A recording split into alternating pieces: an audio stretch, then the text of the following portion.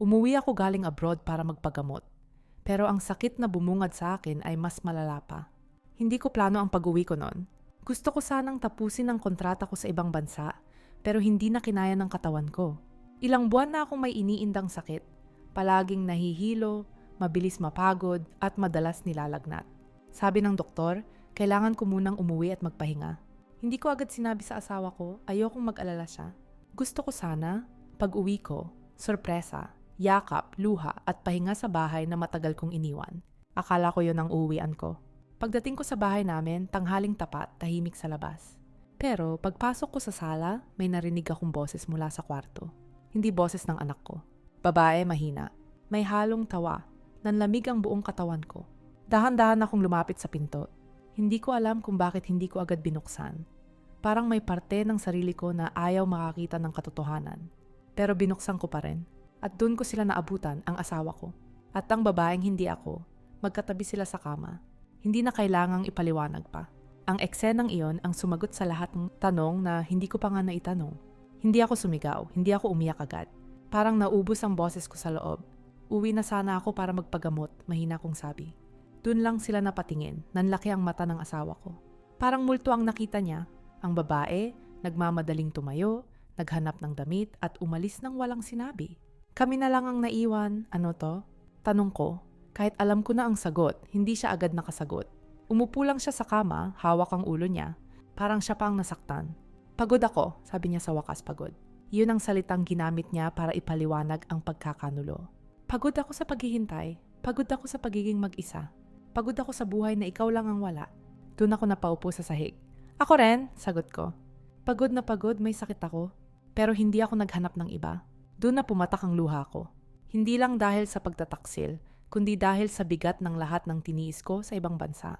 Lahat ng pagod, lungkot at sakit na tiniis ko para sa pamilya, yun pala ang uuwian ko. Hindi ko agad iniwan ang bahay. Hindi dahil wala akong lakas, kundi dahil wala akong malinaw na isip. Lumipas ang mga araw na parang bangungot, tahimik ang bahay.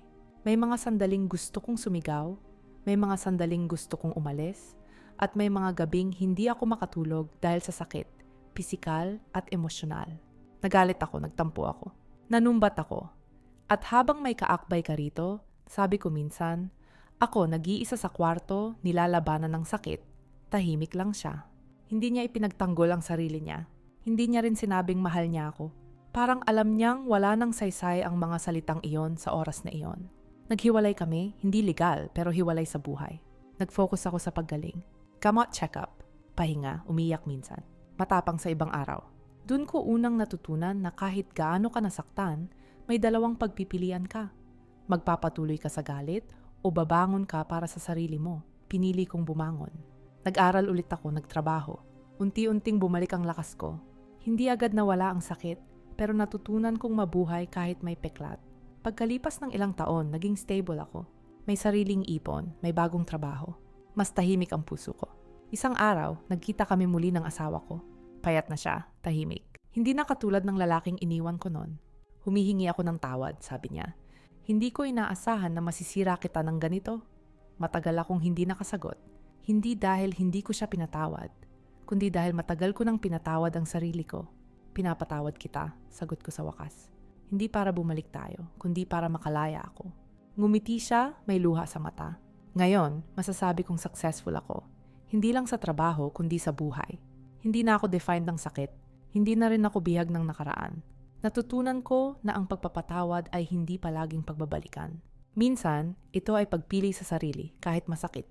At kung may isang bagay akong natutunan sa lahat ng ito iyon. Hindi lahat ng umuwi ay buo, pero lahat ng nasaktan ay may pagkakataong bumangon at maging mas matagumpay kahit mag-isa.